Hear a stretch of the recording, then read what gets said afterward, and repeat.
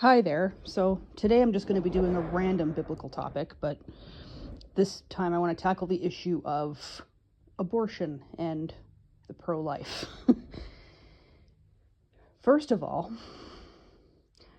I do believe that in order to be Christian, you have to be pro-life. However, let's talk about what pro-life actually means if you're not going to be hypocritical about it. This is going to be a long video because this is a complicated topic. And it's touchy, and it always will be. We're never going to have agreement. We're never going to have agreement on this one.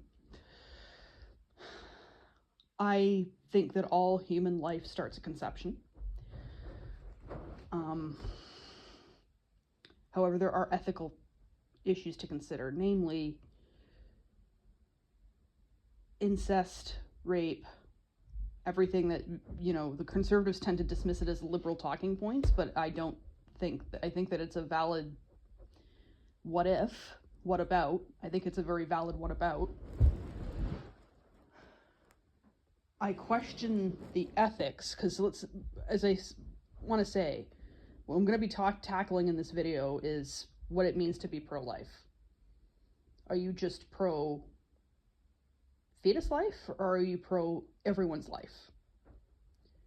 Do you care about the woman at all, or is she just a vessel to get a baby here who doesn't get a say? I think when you start saying that there shouldn't be exceptions for when she's been violated, you cross ethical boundaries that are not yours to cross. Someone who has never gone through that has no business telling a victim what she should be doing in that situation. Now, do I think that I'm not trying to say that your life matters less if you were conceived that way, because a lot of times rape victims decide to keep the pregnancy. And I'd say that's the ideal, is when she can choose to, not because she's forced to though, but she can choose, when she can find a way to choose life in that circumstances, that is ideal. But it's not something we have any business forcing. Now,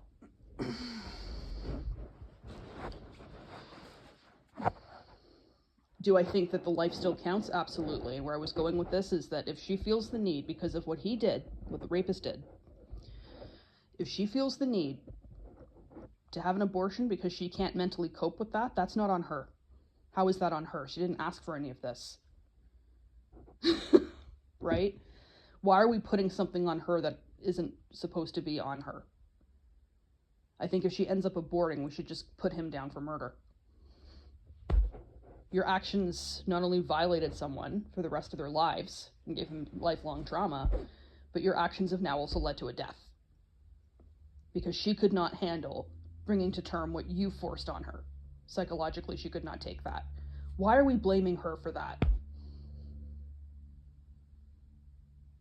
More to the point,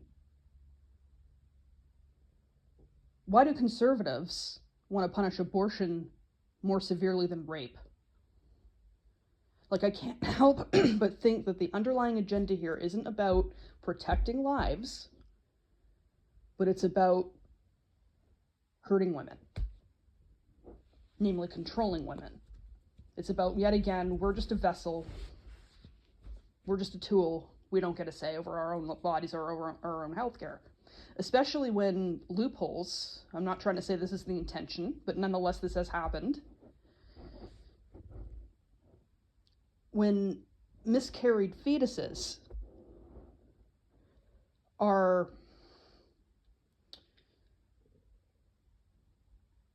not allowed to be taken out, like this is a dead fetus sitting in her womb. It's been miscarried, and we're letting basically the corpse of the dead fetus rot inside of her so that she can die of infection and sepsis or whatever the case might be. Or best case scenario, she survives and she can never have kids again. Because that's acceptable somehow. What about the laws that permit rapists to have parental rights? Are we not going to talk about that? Are we not going to address that in this debate? Like, I think that there's a lot to consider, and it's not just black and white. If someone considers themselves pro-choice, I would dig a bit deeper into why. First of all, I would ask them, do you think that all life is worth protecting. Why are you pro-choice? And if they say, well, it's because of the fact that this issue involves the health care of pregnant women, then I would kind of understand where they're coming from. But I would still consider myself pro-life and that I care about everyone's life. But women should be getting a say over what happens to their body. Now, you can either consent to have sex and therefore consent to the risk, and you know what you're getting yourself into because you're an adult, or you're raped, in which case you should have absolutely no part of the consequence of that put on you, like it should be your problem. It really shouldn't have to be your problem. That was put on you. But no, our purpose is to just lie down and make babies, right? So, of course, especially when a woman can't even go to get her tubes tied without either needing permission from her husband or she's too young and the doctor refuses to do it. When are we getting a say over our own lives and what happens to us? All I'm asking for is to have the same agency as a man. Because, let me put it to you this way. If you want to mandate that we force us to go through a pregnancy, even when we're raped, which I think is disgusting, why don't we force all men to get a vasectomy and have it reversed when they can prove that they're ready to be a father? Why don't we do that? Oh no, we can't. That's like bodily autonomy, but it's okay to disrespect the bodily autonomy of women, but suddenly when it's a man, we can't have this discussion. Only women have to have their bodily autonomy violated. That's very interesting. Again, it's like, do we care about women? Or is this just about making us objects all over again? Like, another argument that was put through is that we say my body, my choice, but Jesus gave his body as a sacrifice, etc. He wasn't forced to. He chose to. Like, you're literally making a case for pro-choice saying that, because Jesus Christ chose to. Nobody forced him to hang on a cross for our sins. In the same way, nobody should be forcing a woman to make the ultimate sacrifice of becoming a mother. Absolutely not. Again, if you've consented to the sex, that's different, because you're consenting to the risk. You're an adult. That goes for both the man and the woman involved. If you make a life because you chose to lie down and you're an adult, I have no issues forcing you to carry that to term, because that was your choice. I'm talking in cases where we didn't get a say because we had our say stolen from us. And you think that it's just to re-traumatize her and punish her for something that she didn't do.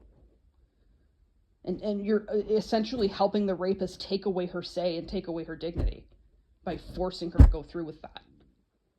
Not caring whether or not she likes it. Give me a break.